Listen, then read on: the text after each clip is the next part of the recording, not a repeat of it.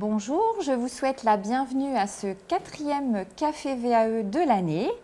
Je vous remercie pour votre participation et remercie mes invités. Alors vous êtes plus de 380 personnes à avoir répondu à notre invitation. Nous échangerons comme habituellement 45 minutes sur notre thématique et ensuite nous répondrons aux questions que vous voudrez bien nous poser via le chat en ligne. Alors, je pense que ce webinaire tombe à pic, puisqu'on a effectivement des annonces sur la VAE la semaine dernière. Nous prendrons le temps, tous les trois, d'en échanger. Alors, n'hésitez pas à poser vos questions. Pour toutes les questions auxquelles nous n'aurions pas le temps de répondre, vous trouverez les réponses disponibles sur notre foire aux questions. 3 temps dans ce webinaire ce matin. Un temps pour un point d'actualité sur la réforme, un temps aux côtés de nos 2 experts, certificateurs et AAP, pour un retour d'expérience depuis l'ouverture du portail en juillet 2023. Et nous souhaitions aussi vous permettre d'être en position de conseiller et orienter le futur candidat à la VAE. Alors on engage, je dirais, notre parcours. Alors je suis Béatrice Roland, responsable du DAVA de Lille. Les DAVA, donc dispositifs académiques de validation des acquis, sont là pour informer, communiquer autour des bénéfices de la VAE. Et c'est l'engagement qu'on a en Hauts-de-France grâce à ces cafés VAE depuis 2 ans maintenant. Nos missions, alors le DAVA en tant que certificateur, nous notifions les recevabilités pour les diplômes de l'éducation nationale du CAP au BTS, le diplôme d'état moniteur éducateur, le diplôme d'état éducateur spécialisé et le diplôme d'état de conseiller en économie sociale et familiale. Et depuis la réforme, nous sommes aussi architectes accompagnateurs de parcours. Les valeurs des DAVA, engagés pour assurer un accueil je dirais de qualité. On assure notre mission de service public, une démarche d'amélioration continue et une intégrité, une éthique et un respect qui confortent les valeurs de notre service pour mettre en lumière les compétences des candidats.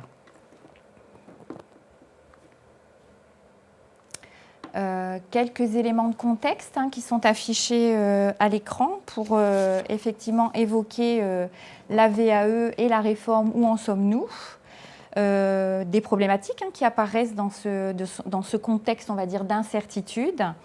Depuis l'ouverture du portail, de la plateforme France VAE, on a donc ce portail, un nouvel acteur, l'architecte accompagnateur de parcours. Et l'objectif est vraiment de permettre un accompagnement du candidat dès le choix de sa certification. Alors, qu'est-ce que cela implique pour le candidat? Quels sont les impacts de la réforme sur les autres certifications qui ne sont pas accessibles via le portail? Alors, je vais présenter mes 2 invités. Merci pour votre présence à tous les 2. Norbert Jaouen, donc responsable national VAE du ministère de l'Éducation nationale, et Yann Firmin-Heriou, qui est fondateur et associé du cabinet Perspective et Rebond. Nous nous connaissons déjà depuis quelques années. Moi, j'ai intégré le DAVA de Lille depuis plus de 4 ans. Nous collaborons, je dirais, régulièrement sur cette thématique pour permettre aux candidats, aux acteurs, aux entreprises, aux usagers de bénéficier de parcours de qualité. Alors on va se tutoyer, si vous voulez bien, messieurs, ce matin pour échanger sur cette thématique. Un message que nous souhaitions vraiment passer, le portail existe, la réforme existe, avec des ajustements, mais la VAE, elle reste une voie de certification. C'est vraiment l'entrée. On a un portail qui est un outil qui permet aux candidats d'intégrer la démarche. Pour autant, au même titre que l'obtention d'une certification via la formation initiale ou formation professionnelle, la VAE est une voie de certification. Elle permet au candidat, grâce à son expérience, d'obtenir son diplôme sans automatiquement repasser sur les bancs de l'école. Alors, la VAE, où en sommes-nous?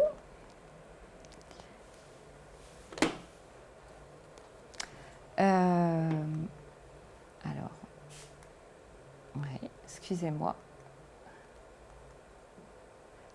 quelques dates depuis 2018, différentes évolutions, la possibilité d'obtenir sa certification simplement par bloc, une circulaire au niveau de l'éducation nationale, Norbert, pour préciser une harmonisation des dates de jury, des dates de dépôt, 15 septembre et 15 janvier. Tous les ministères ne sont pas dans cette dynamique, ça c'était un point important pour les DAVA.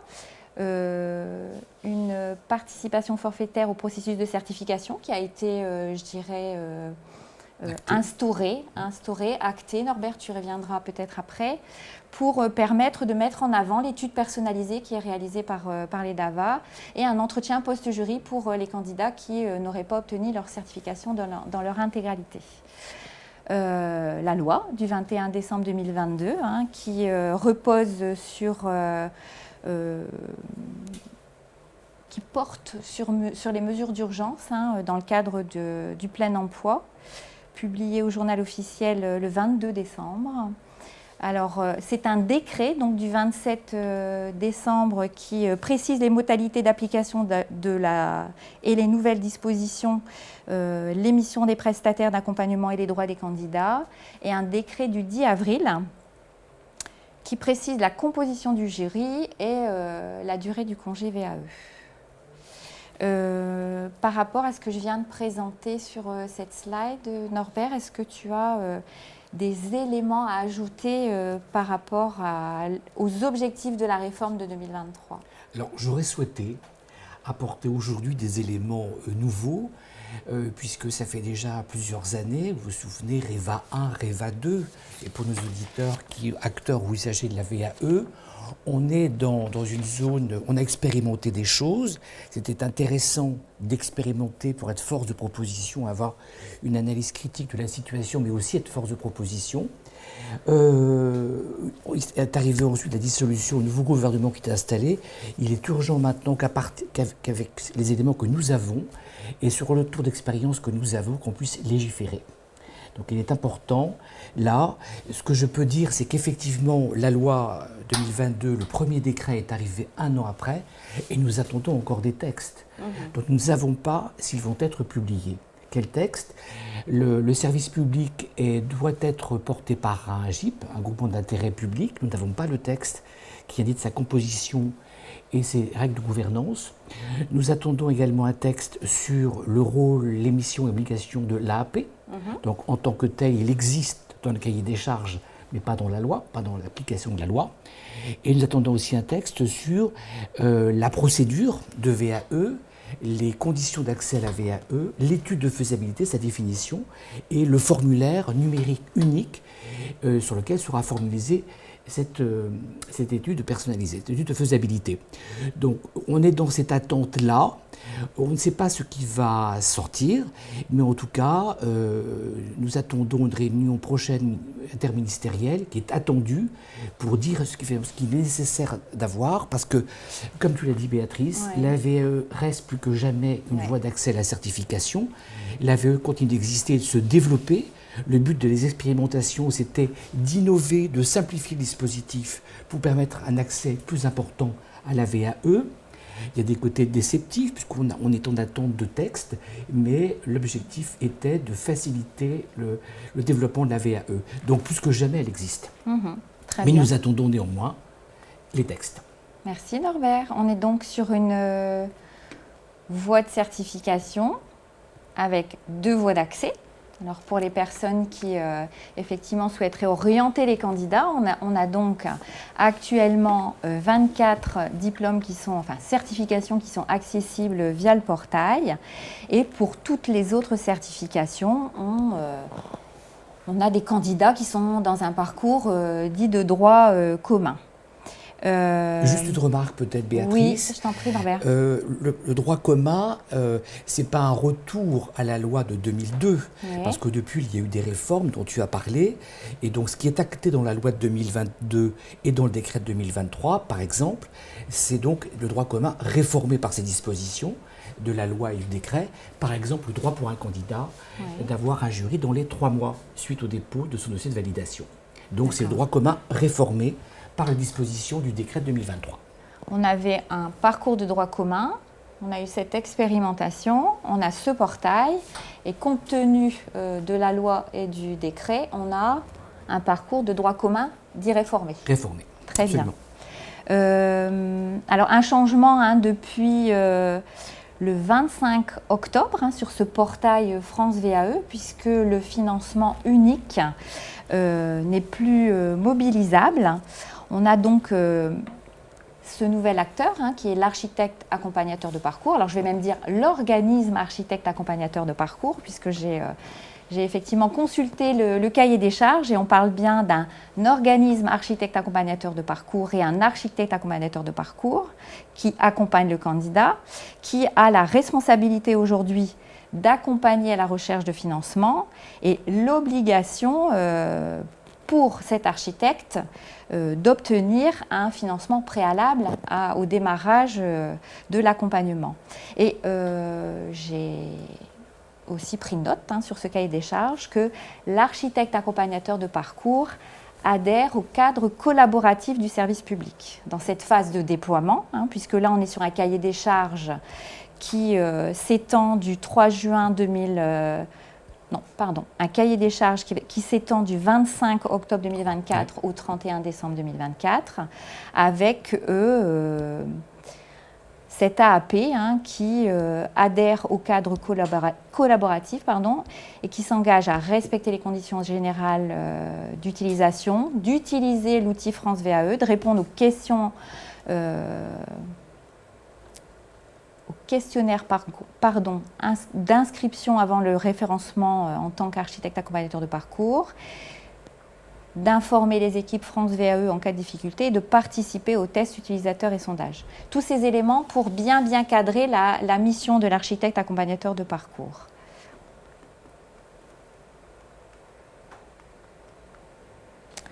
L'idée, c'était de vous donner donc des éléments de contexte, des problématiques peut-être rencontrées là depuis, je dirais, toutes ces améliorations, ces ajustements depuis l'ouverture du portail.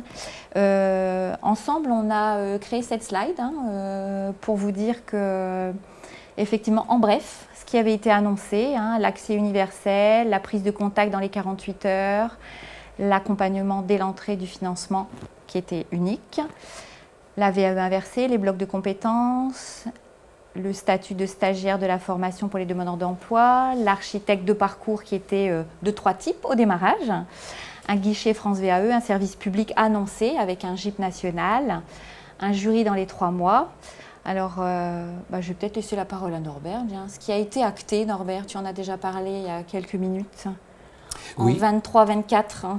Ce qui a été acté et ce qui existe, et la possibilité d'être accompagné, ce n'est pas une obligation, d'être accompagné dès le début de la démarche. Ouais. C'est aussi le congé qui passe de 24 à 48 heures. Ouais. C'est aussi la réglementation sur les jurys, décret 2024, qui annonce la composition des jurys d'au moins 2 personnes, ce qui nous a un peu surpris parce qu'on n'imaginait pas qu'il y avait des jurys de moins de 2 personnes. Ouais. Et le droit pour le candidat est d'exiger un jury dans les 3 mois qui suivent le dépôt de son dossier de validation. Très bien.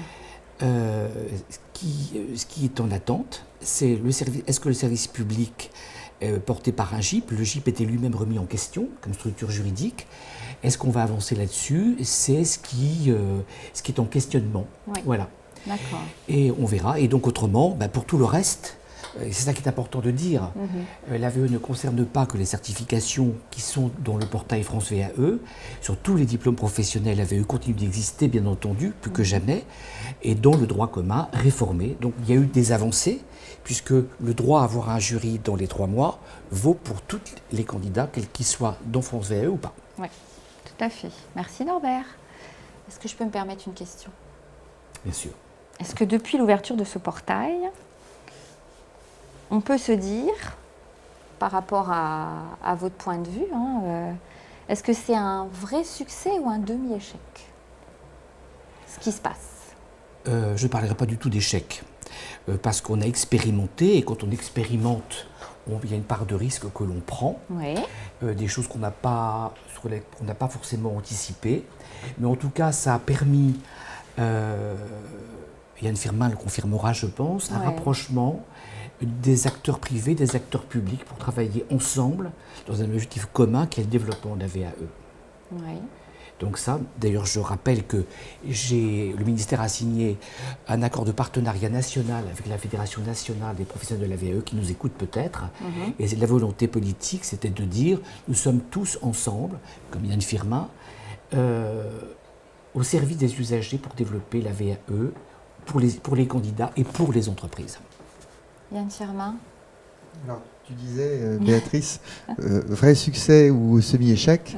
Moi, je dirais demi-succès à ce stade-là, puisque on constate malgré tout, et les chiffres sont incontestables, à la fin du mois de juin dernier, il y avait pratiquement 45 000 personnes qui s'étaient inscrites sur France VAE, qui avaient obtenu une faisabilité, qui avaient conduit et obtenu une faisabilité.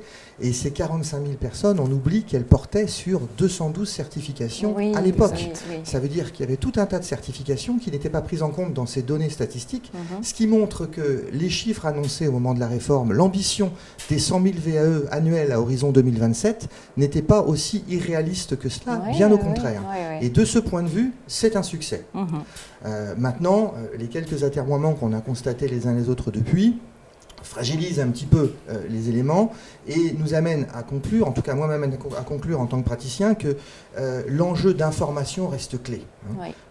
La VAE reste un dispositif qui est encore relativement confidentiel et il ne faudrait pas que les quelques évolutions récentes finalement pénalisent et freinent la VAE, alors que les chiffres que je partageais à l'instant ont montré le besoin d'utiliser cette voie d'accès au diplôme pour pouvoir l'obtenir dans un pays qui reste à consacrer fortement le diplôme dans le parcours professionnel des actifs, premier point, et deuxièmement, pour ne pas décevoir une ambition qui avait été bien pensée, qui avait été repérée par ses initiateurs, et qu'il faut que nous accompagnions, comme le disait Norbert, dans un état d'esprit de coopération les uns les autres, quels que soient nos rôles et nos points de vue.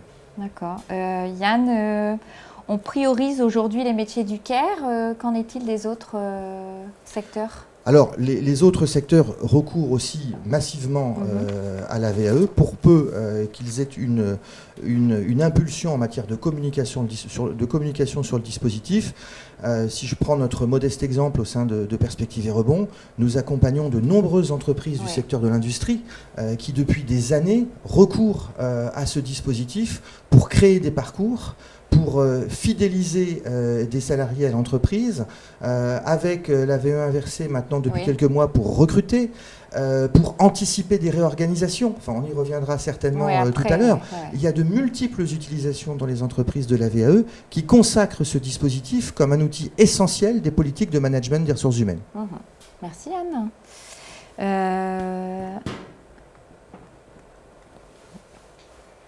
Un retour d'expérience par rapport à, on va dire, vos deux positions depuis l'ouverture du portail, en tant que certificateur, en tant qu'architecte accompagnateur de parcours. Alors, tu as évoqué les chiffres, hein, Yann, on rebondit. Là, au national, alors sur la base du jaune budgétaire 2024, on a repris les chiffres, 47 500 personnes recevables et 17 800 candidats reçus, avec un pourcentage important pour le ministère de l'Éducation nationale. Et on a aussi, comme nous sommes en Hauts-de-France, positionné les chiffres sur notre territoire avec 4 170 candidats recevables et 1 625 candidats reçus. Alors, ce sont des chiffres en intercertificateur, on n'est pas simplement sur le ministère de l'Éducation nationale. Est-ce que le rôle de l'AAP a introduit un changement? Est-ce qu'il a transformé l'accompagnement des candidats? Alors peut-être Yann d'abord? Oui, alors moi je pense que L'effet principal, c'est que l'accompagnement est définitivement consacré. Oui. Jusqu'à présent, enfin en tout cas jusqu'à la réforme, la plupart des acteurs de la VAE ne le remettaient pas en cause, mais cet accompagnement n'avait pas véritablement de légitimité. Il n'était pas organisé. Donc on faisait la différence entre les parcours qui étaient accompagnés et qui souvent amenaient à un succès du parcours VAE engagé de ceux qui ne l'étaient pas. Ouais. Moi, je pense que nous pensons que l'un des principaux bénéfices de cette réforme a été de consacrer cette notion d'accompagnement. Ouais. Et c'est important, parce que accompagnement n'égale pas formation. Ouais. Accompagnement, c'est un rôle, c'est une posture. Alors, je ne dirais pas forcément jusqu'à dire un métier, mais il y a quand même des compétences réelles d'accompagnement. Ouais. Et le candidat à la VAE a très souvent besoin, indépendamment de l'expertise qu'il détient, des compétences qui sont les siennes, d'être accompagné pour pouvoir les énoncer, pour pouvoir les formaliser, pour pouvoir les détailler et pour pouvoir aller jusqu'au bout de la démarche. C'est un peu un travail de mailloticien et de ce point de vue, la réforme l'a pleinement consacré. On le dit nous, je dirais que mes collègues et les équipes, il n'est pas obligatoire cet accompagnement.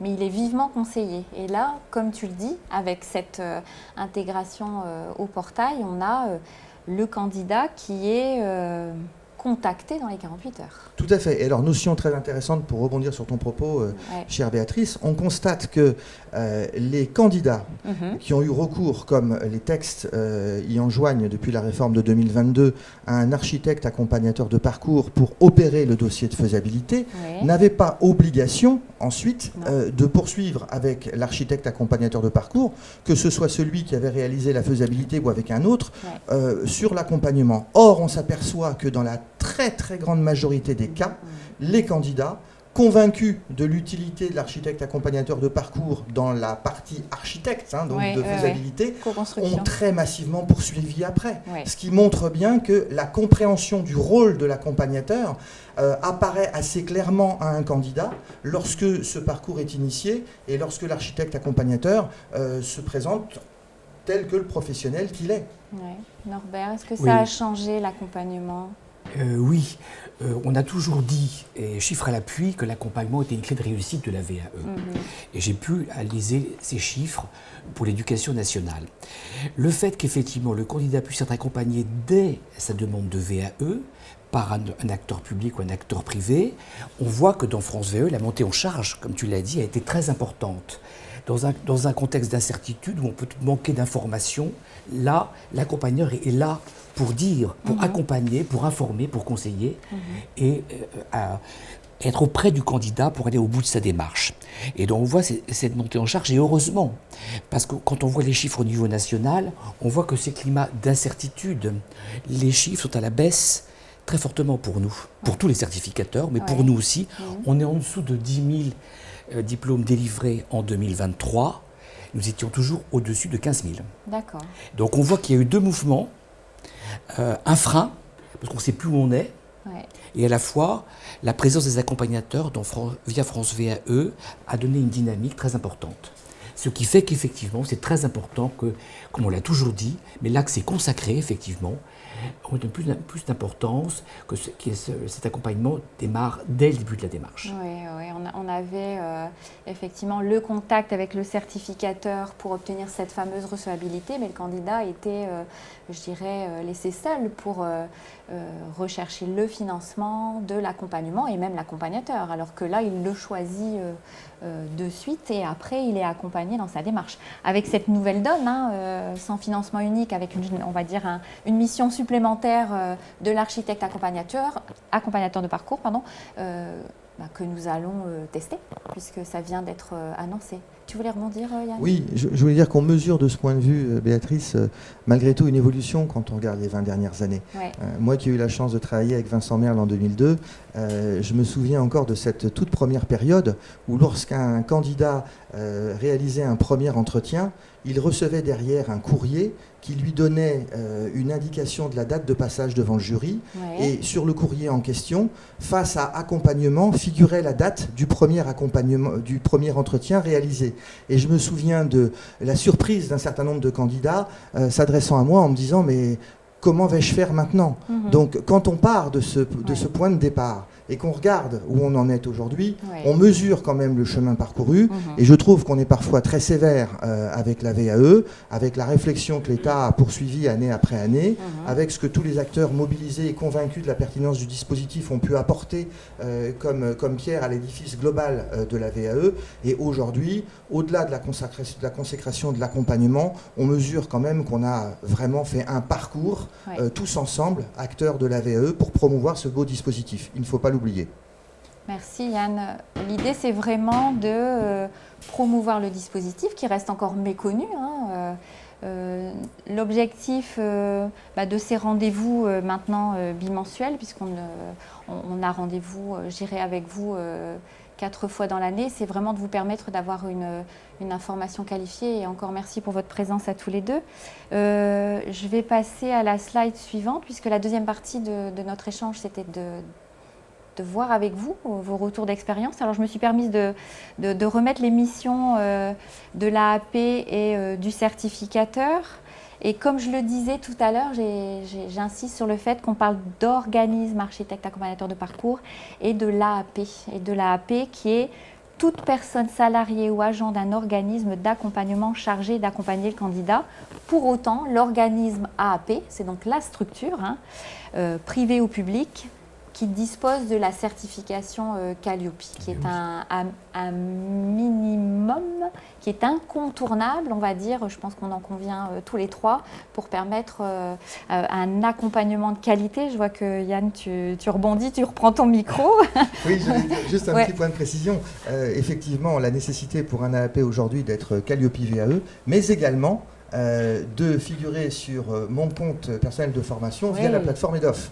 Et on y reviendra tout à l'heure, ça traduit probablement des évolutions en termes de financement de la VAE, mais qui montre aujourd'hui pour l'architecte accompagnateur de parcours cette double exigence d'être Calliope VAE d'une part et d'être également inscrit sur la plateforme EDOF pour permettre à un candidat de s'y référer s'il veut financer sa VAE en recourant à son CPF. Oui. Être certifié, se positionner sur un ou plusieurs domaines, les niveaux de certification, déclarer si effectivement on est référencé sur mon compte formation, est-ce qu'on accompagne, on doit accompagner toutes les certifications et déclarer les lieux physiques permanents d'accueil pour les candidats en tant qu'architecte accompagnateur de parcours. Alors, tu parlais de mon compte formation, mais on peut l'évoquer là maintenant, Yann, c'est-à-dire que le changement par rapport à la semaine dernière, c'est que l'architecte accompagnateur de parcours qui remplit les missions qui sont à l'écran aura cette mission, je dirais, en complément de recherche de financement avec l'annonce comment je vais dire, de la sollicitation du compte personnel de formation du candidat, avec un objectif d'obtenir ce financement avant d'entrer dans la démarche. Est-ce que tu veux en dire quelques mots ? Tu as raison, je pense que ça consacre une des missions de l'architecte accompagnateur de parcours qui n'apparaissait peut-être pas dans la première étape et la première période, puisqu'on était sur une logique de gratuité du service. Aujourd'hui, incontestablement, le rôle, la mission d'ingénierie financière de l'architecte accompagnateur de parcours est clé, parce que le dispositif visant à recourir à mon compte, à mon CPF, mon compte personnel de formation, est une option, mais ce n'est pas la seule. Non, c'est pas la seule, Il y en a d'autres.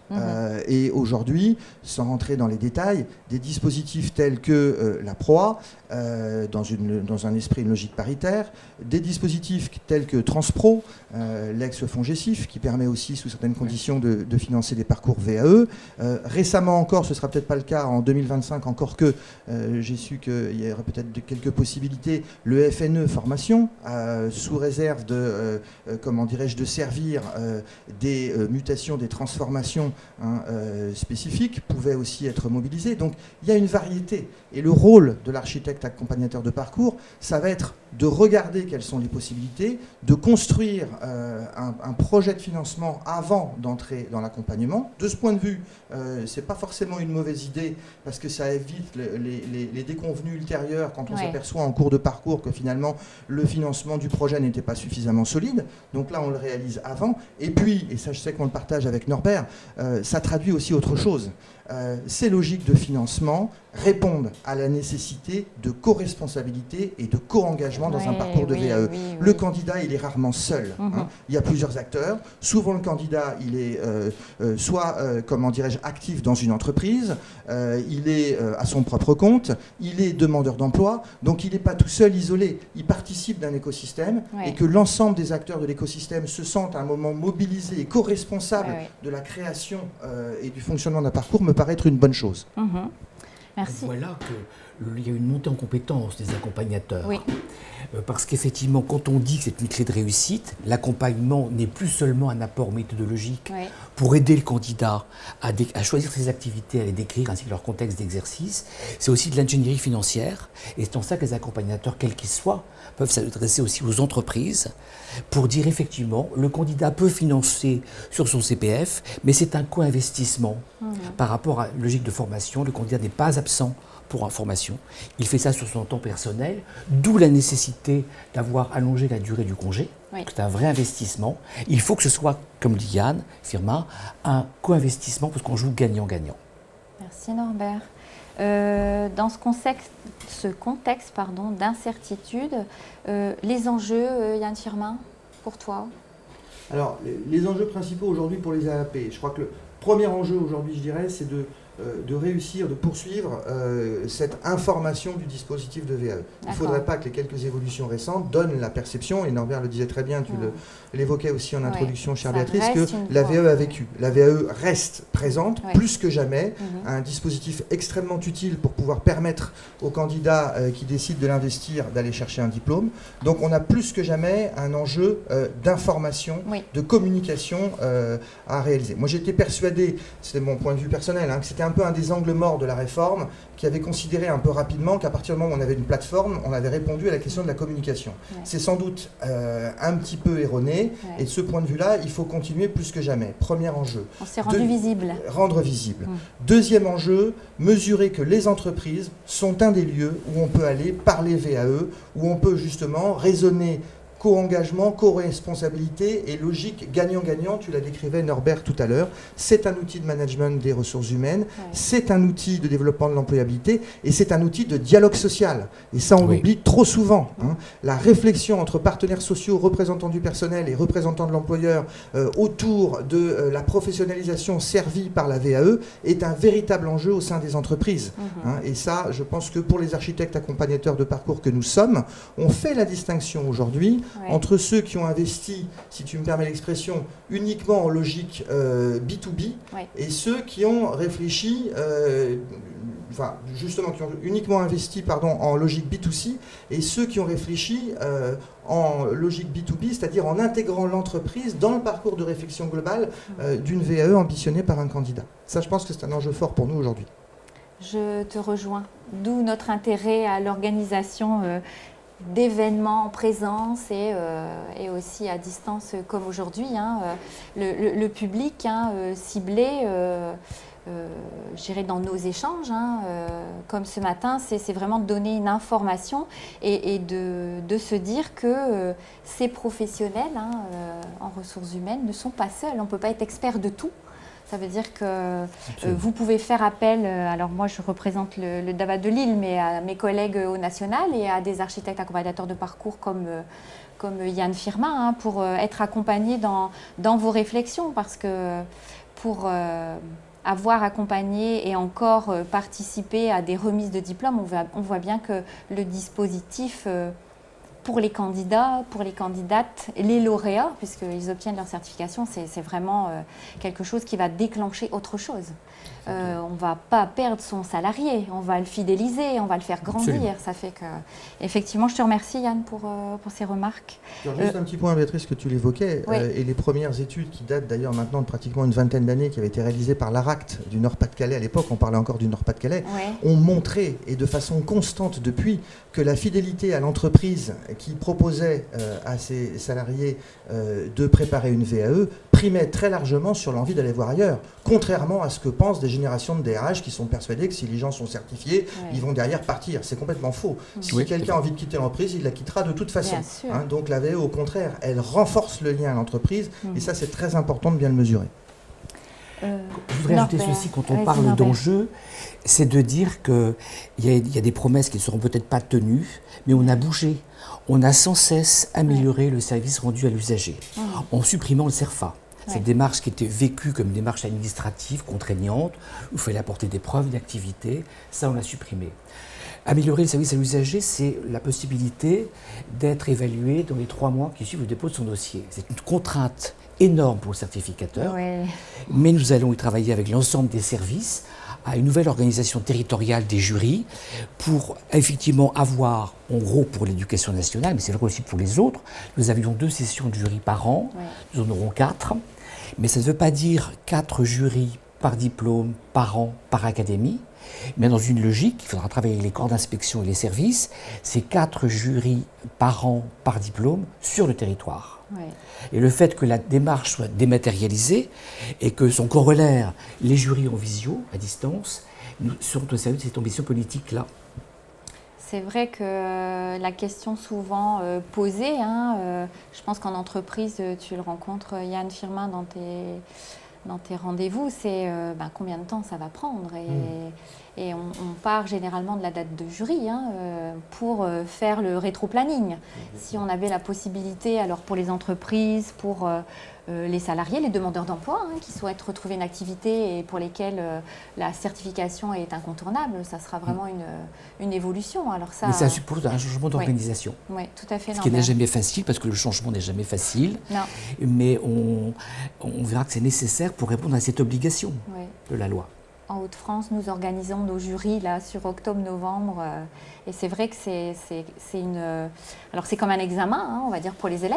Le département examen-concours doit mettre à disposition des personnels des locaux pour organiser ces jurys. Mais alors, en aparté, mais les membres de jury apprécient de participer à ces entretiens de professionnel à professionnel. Et je pense que ça permettra aussi peut-être de faire évoluer l'image qu'on en a de cette voie de certification. Permettre à un candidat d'obtenir sa certification grâce à son expérience, je pense que c'est vraiment une belle opportunité. Par rapport à cette année, tous les deux, quelle réussite, quels effets bénéfiques, on en a déjà parlé. Est-ce qu'il y a des zones de contrainte qui mériteraient d'être levées? Alors, peut-être là, je vais reprendre la casquette, enfin, je vais prendre la casquette AAP, qui est celle que tu m'as signée ce matin. Après, si tu veux en prendre une autre, tu peux, mais je pense que Norbert ne sera pas d'accord. Celle-là me va très bien. Je pense que, et là, je vais plutôt prendre la casquette de membre de la Fédération nationale des accompagneurs privés, la VAE, FNP-VAE, qui est une fédération qui représente les intérêts des ce qu'on appelle aujourd'hui les architectes accompagnateurs de parcours, pour dire que la réforme, de mon point de vue, a réussi son ambition de simplification pour les candidats. Oui. Incontestablement, pour le candidat aujourd'hui, il est beaucoup plus simple d'entrer dans un parcours de VAE qu'il ne l'était précédemment. En revanche, il ne faudrait pas que cette réussite ait comme corollaire la complexification des choses pour l'AAP. Parce que nous voyons en même temps se développer progressivement à travers l'accumulation des éléments prescriptifs qui viennent s'imposer à l'architecte accompagnateur de parcours, finalement un cadre qui devienne complexe et un peu rigide. Et je pense qu'il faut simplement l'avoir en tête. L'architecte accompagnateur de parcours, il y a eu un engouement très fort au début. Nombreux acteurs se sont inscrits, soit uninominaux, soit organismes. Très rapidement, et France VAE en a fait d'ailleurs l'observation, un certain nombre d'entre eux ne pratiquaient pas. Donc je pense que la séparation entre les professionnels, les architectes accompagnateurs de parcours professionnels avec des guillemets, de ceux qui ne l'étaient pas, s'est fait naturellement. Oui. Parce qu'un parcours de VAE, pour un architecte accompagnateur de parcours, revêt un certain nombre d'exigences. On ne peut pas s'y engager quand on n'a pas d'expérience, quand on ne connaît pas le métier, quand on ne s'est pas confronté, quand on n'a pas éprouvé la réalité de ce qu'est un accompagnement en matière de VAE. Donc il ne faudrait pas qu'aujourd'hui, dans une volonté justement de resserrer le groupe des architectes accompagnateurs de parcours, on le fasse exclusivement en accumulant des champs de contraintes. Je rappelle qu'aujourd'hui, l'architecte accompagnateur de parcours est celui qui va devoir financer, qui va devoir avancer les frais de la formation.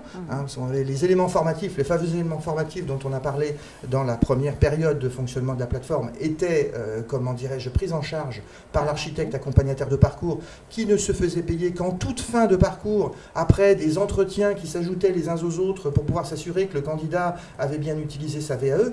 Tout ça part d'une vraie cohérence, et d'une vraie rationalité dans la volonté de faire en sorte que la VAE fonctionne, mais il ne faudrait pas que ça devienne tellement lourd pour l'architecte accompagnateur de parcours qu'on en arrive à désespérer Billancourt, si tu me permets cette expression, comment dirais-je, peut-être un peu excessive, mais bien comprise de tous. Oui, merci Yann pour ces compléments. Je te rejoins, je pense qu'on a gagné en visibilité grâce à ce portail et l'annonce de la semaine dernière, nous sommes architectes accompagnateurs de parcours aussi nous, on porte la certification dans notre mission régalienne, mais en tant qu'architecte accompagnateur de parcours, ça questionne les équipes. Vous travaillez aussi avec des équipes et on ajoute, on va dire, des casquettes. Et alors c'est pas qu'on ne veut pas faire, c'est que simplement on offre une prestation de qualité.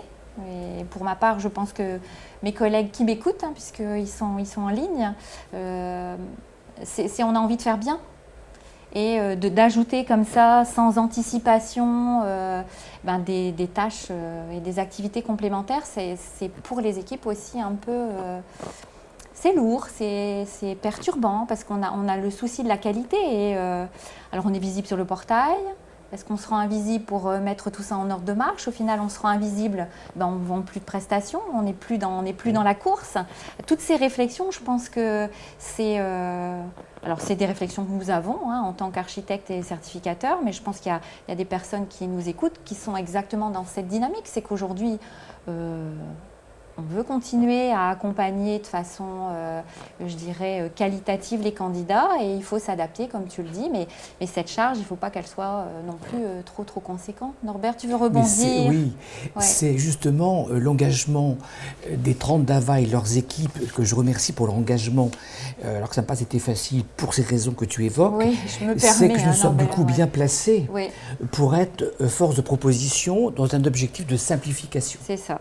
C'est l'enjeu fondamental. Bon, France VAE a fait, les équipes de France VAE ont fait ce qu'ils y pouvaient à un moment donné. Maintenant que l'architecte de parcours ne soit rémunéré qu'à la fin du parcours, c'est peut-être pas tout à fait normal, parce qu'on va décourager les AP qui n'auront pas les épaules suffisantes pour supporter ça. Il faut peut-être envisager qu'à chaque étape, il puisse être rémunéré. La faisabilité, la recevabilité, etc. Mais puisqu'on a pratiqué, parce qu'on a du recul, ensemble, les architectes accompagnateurs privés et publics, nous pouvons être force de proposition pour que la DGFP puisse légiférer. Oui, merci Norbert. La dernière partie de notre échange, éléments de contexte, vos retours d'expérience à tous les deux, en tant qu'AP, en tant que certificateur. Vous êtes d'accord pour dire qu'on continue, mais on va serrer les coudes pour, je dirais, permettre aux candidats de bénéficier d'un parcours le plus fluide possible avec des missions qui seront complémentaires. Si je me mets à la place d'une entreprise, à la place d'un conseiller en insertion, en orientation, conseiller en évolution professionnelle, un personnel qui travaille en service public, qui accueille ses collaborateurs pour engager une démarche de VAE. Notre idée ce matin, c'était de permettre aux personnes qui nous écoutent de comprendre comment elles vont aborder, je dirais, les demandes, les futures demandes. Alors, j'aimerais qu'on puisse répondre, là maintenant, tous les trois, sur comment gérer les demandes dans ce contexte. On a un contexte qui a évolué. Est-ce que on peut ensemble éclairer les personnes qui nous écoutent? Alors, on a créé ce petit schéma. Je suis une entreprise. J'accompagne mes salariés Alors, on a un accompagnement naturellement en individuel, en collectif, en entreprise. Yann Firmin, tu pourras y revenir. Organisme, conseil en évolution professionnelle, orientation, insertion. J'accompagne des demandeurs d'emploi, des salariés aussi. L'objectif, c'est de se dire, si un candidat se présente à moi, quelles questions je peux me poser. Déjà, la première question, c'est de se demander si la certification est accessible sur le portail. On est d'accord. On a 24 certifications dans le domaine du CARE sur le portail. Le portail est éligible aux salariés, aux demandeurs d'emploi, aux bénévoles et aux aidants familiaux. On a toujours, je dirais, les agents de la fonction publique qui ne sont pas éligibles au même titre que les étudiants et les personnes en détention qui ne sont toujours pas concernées par cette phase de déploiement. On en a eu la confirmation, Norbert. Alors, est-ce que la certification est bien sur le portail? Si oui, la personne choisit donc son architecte accompagnateur de parcours et l'accompagnement se poursuit suivant le process France VAE. Si la certification n'est pas sur le portail, on est donc sur ce que tu disais, Norbert, un parcours de VAE droit commun réformé, puisqu'on a eu des évolutions grâce à la réforme.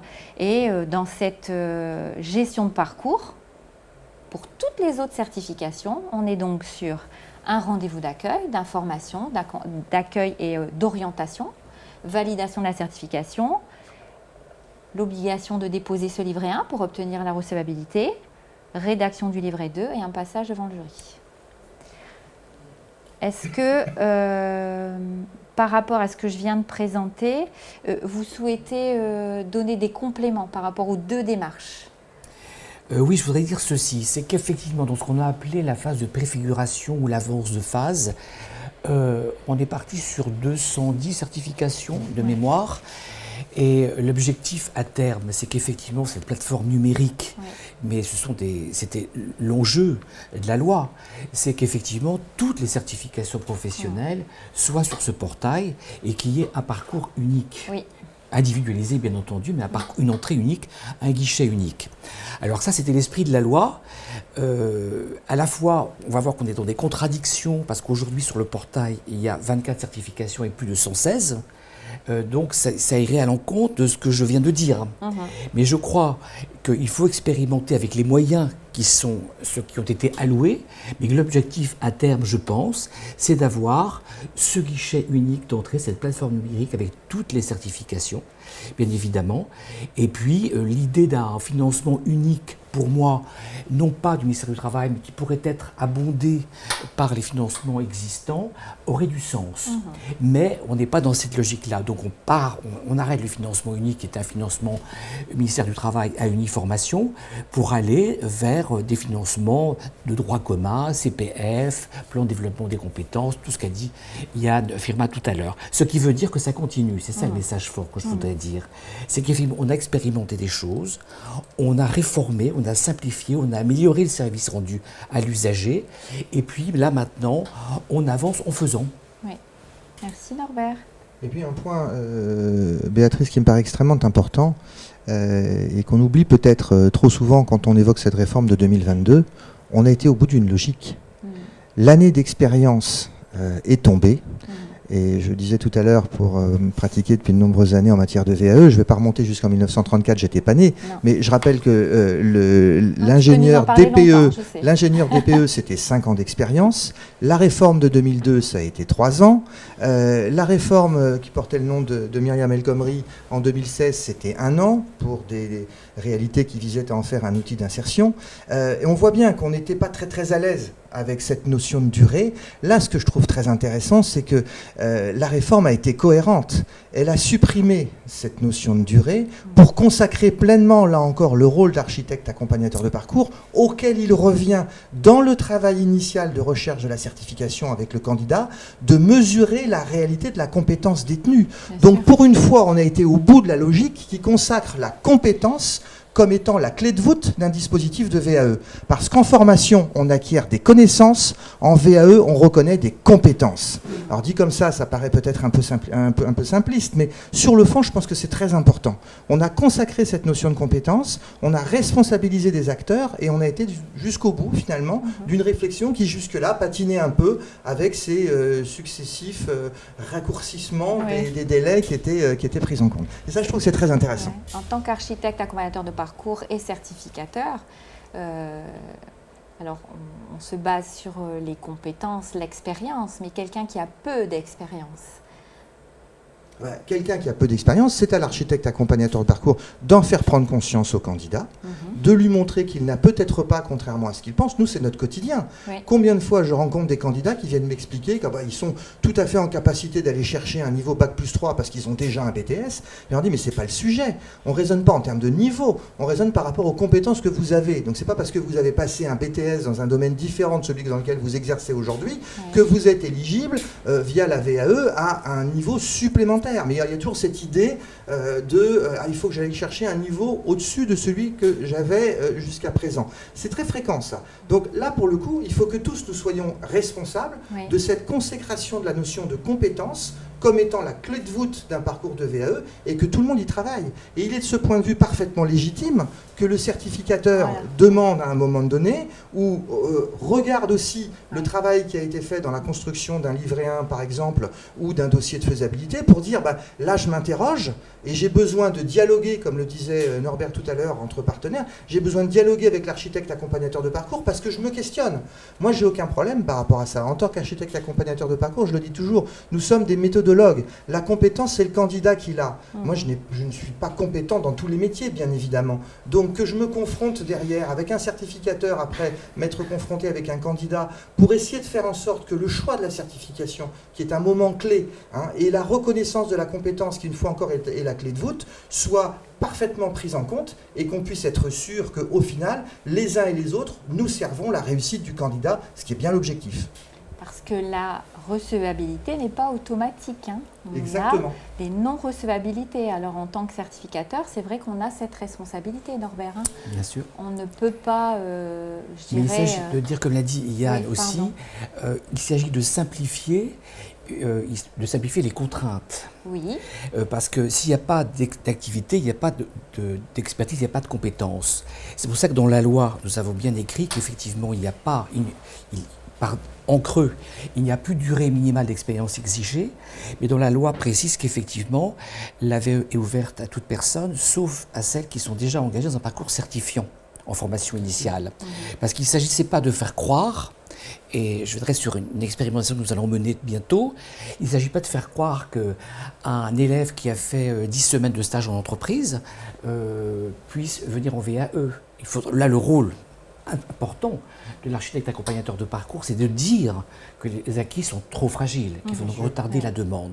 De la même façon, c'est pour ça que nous allons on a choisi l'Académie de Créteil pour lancer cette expérimentation sur les décrocheurs. De qui parle-t-on? Des élèves ou des apprentis qui ont quitté le centre de formation d'apprentis ou le lycée sans diplôme. On a pu leur préconiser un redoublement, mais il faut vivre, donc il faut travailler. Et ce sont des proviseurs du 93 qui m'ont interpellé en me disant nous voyons ces anciens élèves et apprentis qui continuent à travailler dans les entreprises où vous étiez alternants. Ne serait-ce pas notre responsabilité de mission de service public de leur donner une seconde chance d'obtenir le diplôme quand effectivement il y a une expérience suffisante où on peut présumer qu'il y a des acquis. Et s'ils peuvent être fragiles, eh bien, la logique d'accéder progressivement à la certification par bloc de compétences prend tout son sens. Merci, de la même façon, dans le choc de simplification que nous avons voulu, qui n'est pas toujours compris, c'est la suppression des preuves d'activité. Eh bien, l'expérience chez nous, mais l'expérience aussi quand j'ai installé la VAE dans d'autres pays, en Afrique où l'économie est informelle, on n'a pas de preuve d'activité. Donc il nous a fallu innover. Et ces expériences à l'étranger permettent de re-questionner le système français.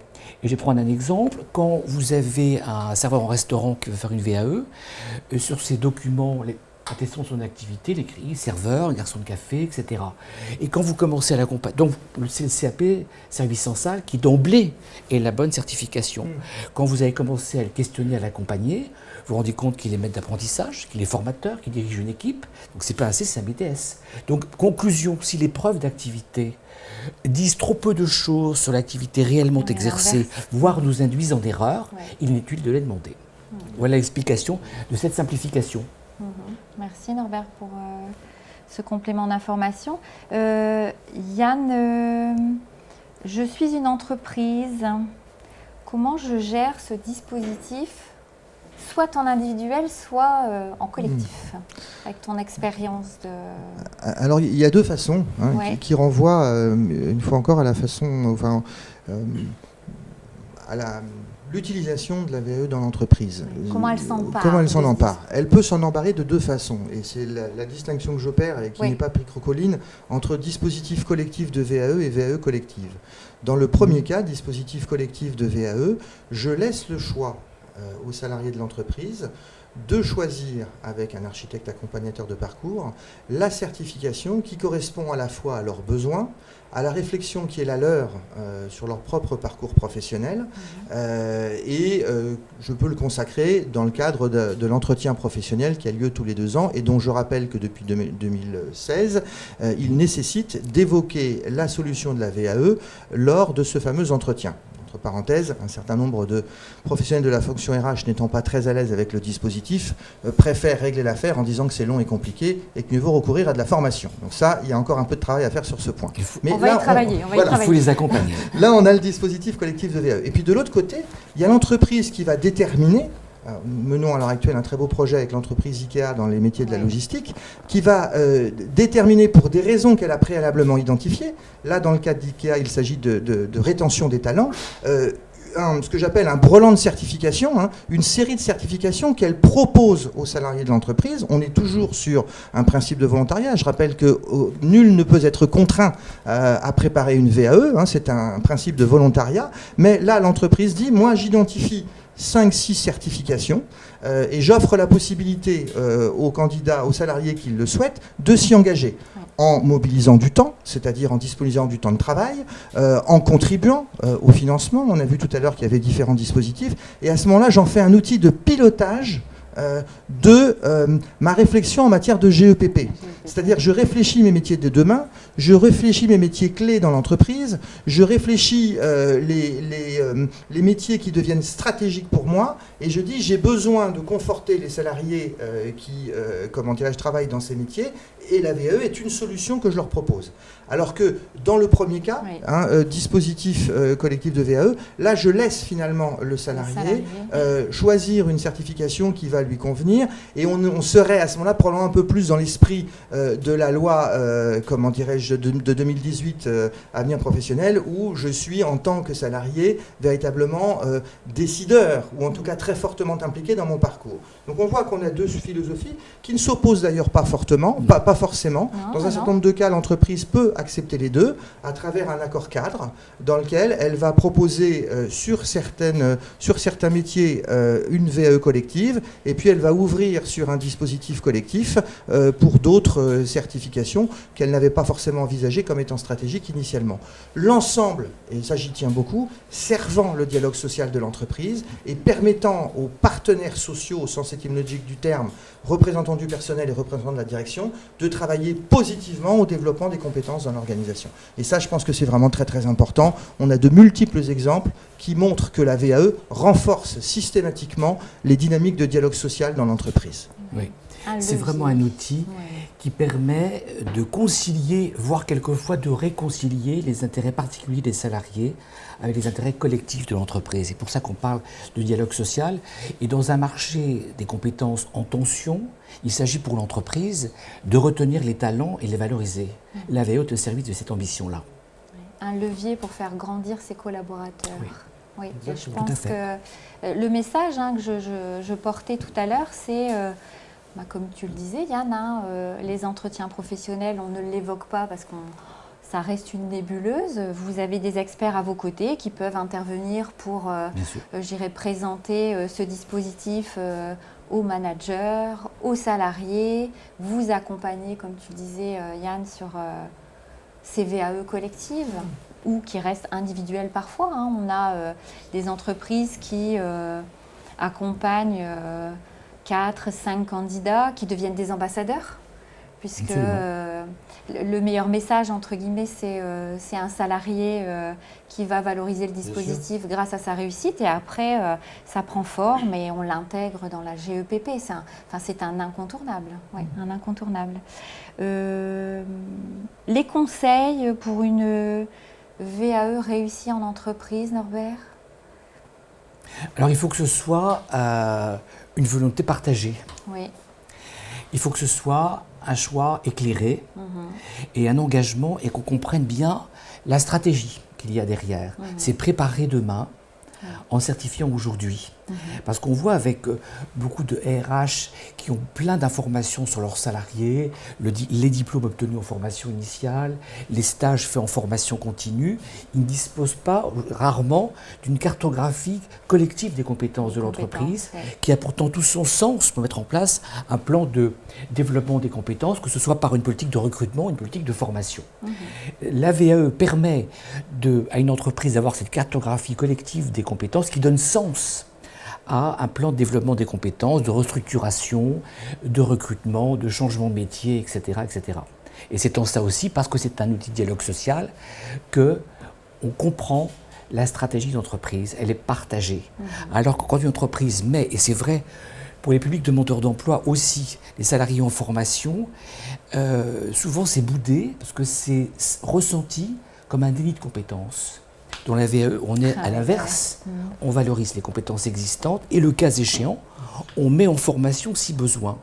Donc on est dans un autre paradigme. Bien sûr, Main. Je partage pleinement ce que dit Norbert. Alors, en complément et peut-être de façon très opérationnelle, sur les dispositifs collectifs que nous conduisons dans l'entreprise, j'ai toujours été marqué par le fait que disposer d'un sponsor dans l'entreprise, c'est extrêmement important. Avoir au sein du comité de direction ou du COMEX une personne qui va pouvoir porter le projet, c'est extrêmement important. Ça, c'est le premier point.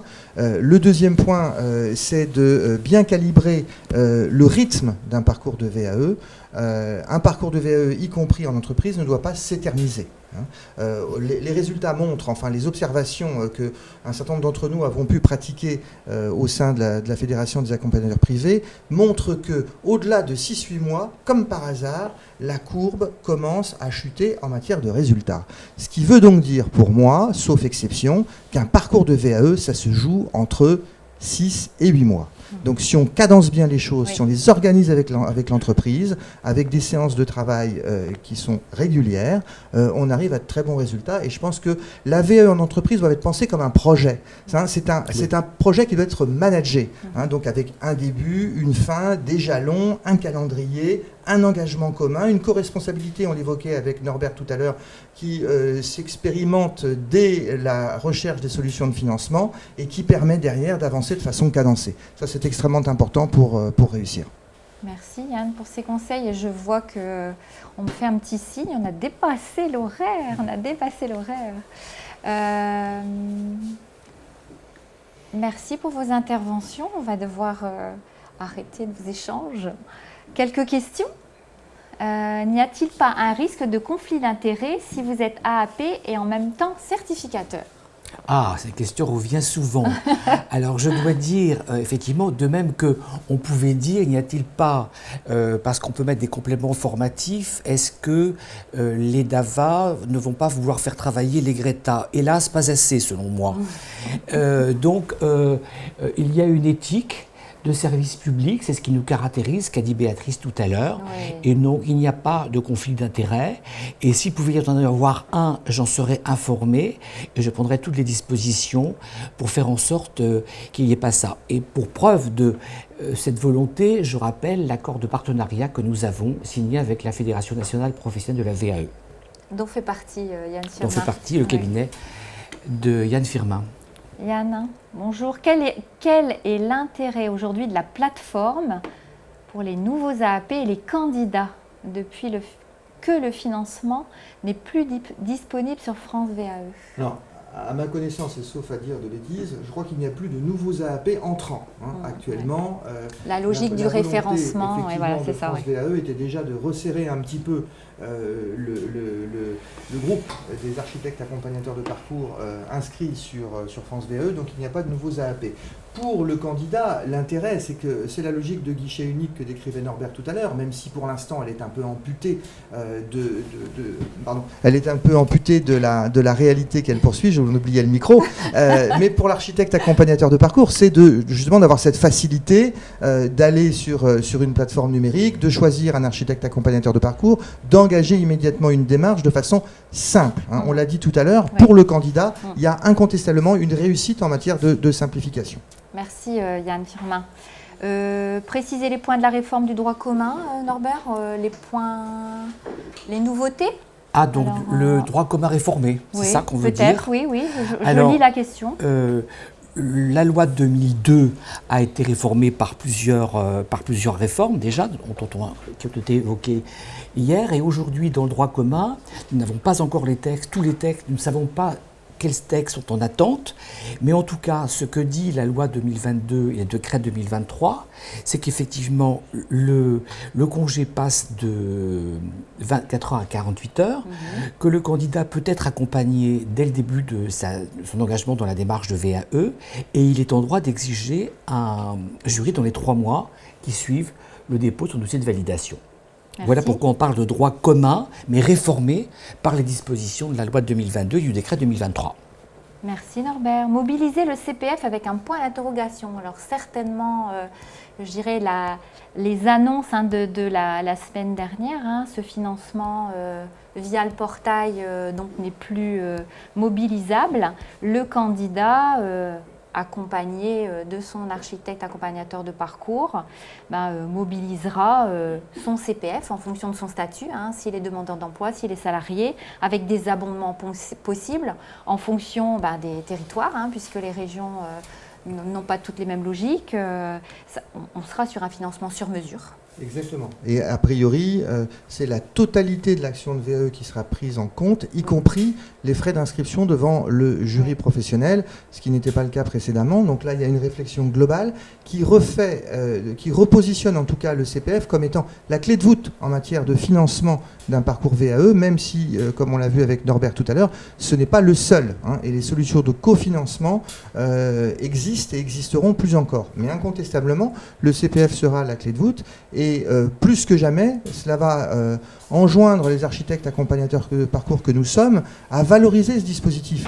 Trop de candidats perçoivent encore le CPF comme un outil de thésaurisation et n'ont pas compris la réalité de l'objectif poursuivi en 2018 qui était de servir des actions de formation, y compris de VAE. Alors, mobiliser le CPF avec l'obligation pour l'architecte accompagnateur de parcours de créer cette prestation d'accompagnement portail France VAE. Exactement. Une prestation d'accompagnement portail VAE par secteur. Alors là, on a donc 24 certifications sur les domaines de la santé et du social. On crée donc une offre sur le domaine santé sociale sur qui précise, sur EDOF, donc fléché France VAE. Fléché France VAE qui présente les certifications qui sont, attachées, avec dans l'accompagnement l'étude de faisabilité, étude personnalisée, l'accompagnement, les heures d'accompagnement, les frais de certification et l'entretien post-jury. Les équipes de France VAE vous accompagnent dans cette logique actuellement.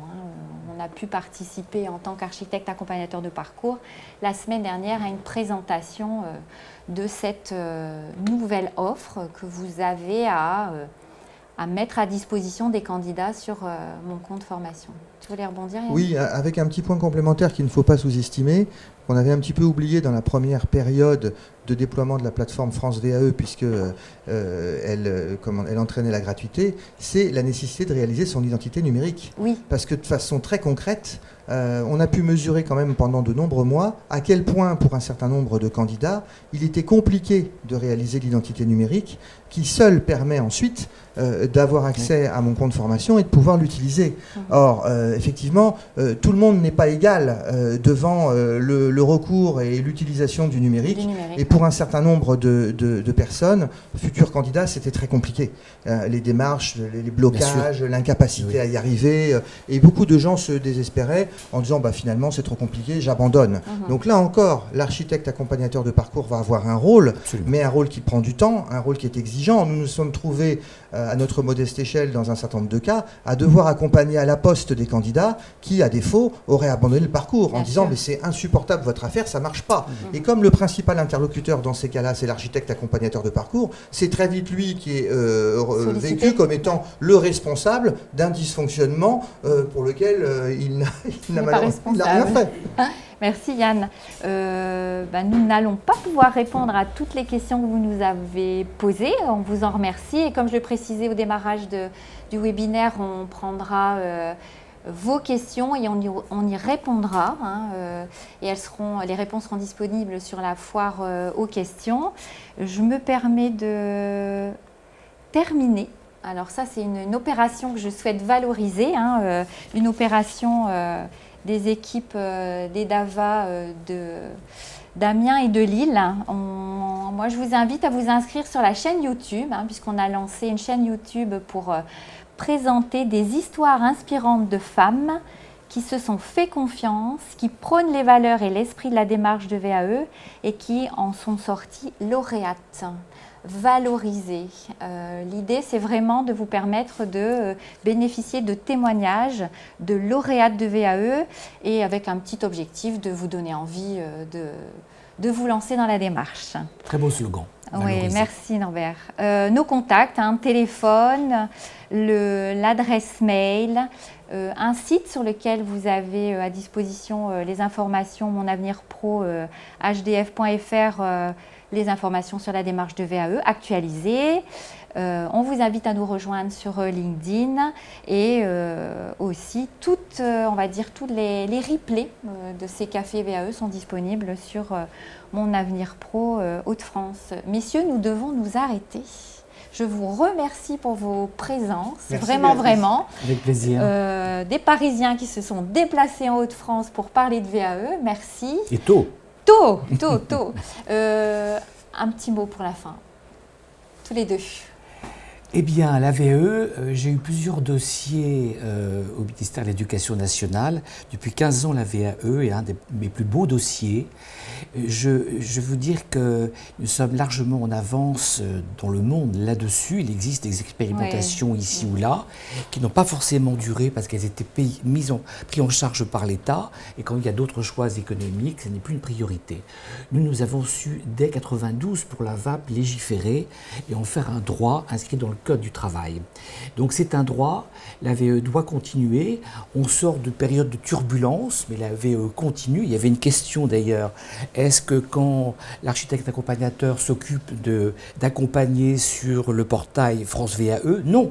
Si la certification qui est choisie n'est pas sur le portail, il l'accompagne aussi, bien évidemment. Bien sûr. Voilà. Merci Norbert. Donc il faut continuer. Merci. Et on est là pour ça. Merci. Avec vous et nous écouter. Oui, Yann, Firmin. Le message, ce serait le combat continue tous ensemble. Oui. Je pense que plus que jamais... Décidément. Ton micro. Je disais, le combat continue et tous ensemble. Je pense que plus que jamais, la VAE est une réussite collective, sera une réussite collective ou ne sera pas, et que l'ensemble des acteurs, certificateurs, architectes accompagnateurs de parcours, candidats, entreprises, puissent s'associer et travailler dans le même sens, tirer dans le même sens, sera certainement ce qui garantira le succès de ce beau dispositif, qui est, que Norbert le rappelait, une spécificité française, quand bien même maintenant d'autres pays, et je pense notamment à la Tunisie, qui depuis 2 ans s'est engagée fortement dans ces parcours de VAE, mais c'est un pays parmi d'autres, il y en a beaucoup d'autres, c'est quand même une initiative française, et ça montre aussi que quelque part, le diplôme, c'est quelque chose quand même d'intéressant, ça valorise un parcours, ça permet de reconnaître la réalité de ce qu'un professionnel a pu réaliser tout au long de son parcours professionnel, et c'est une véritable chance qu'on lui offre finalement d'y recourir. Tout à fait. Merci à tous les deux. Je vous remercie pour votre participation à ce Café VAE. Alors le dernier pour 2024. Et on m'a glissé à l'oreille qu'on va encore évoluer pour 2025. On vous retrouve, un petit clin d'œil à Gauthier. On vous retrouve en 2025 pour une nouvelle programmation. Merci à tous, belle journée.